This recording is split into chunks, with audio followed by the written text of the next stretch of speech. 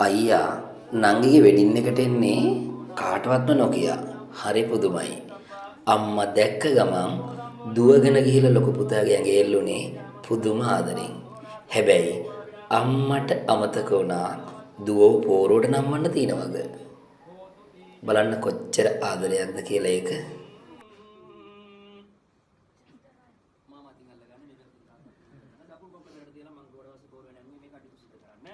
ලකුණු දැන අපේ පොසතානන් වෙදොරසුන් පිට වැඩම කරමින් මෙකුණු සසරේ තිබෙන වදුරු නසාන් අලුයම බුදු බෙලෙන් අකුණු හඬසේ ගර්ජනා කොට ඔලව මිහිකත නැගි බෙලෙන් දකුණු පය පෙරටුව තබාපෝ රුවට ගොඩ වෙනු නැකත විදෙනු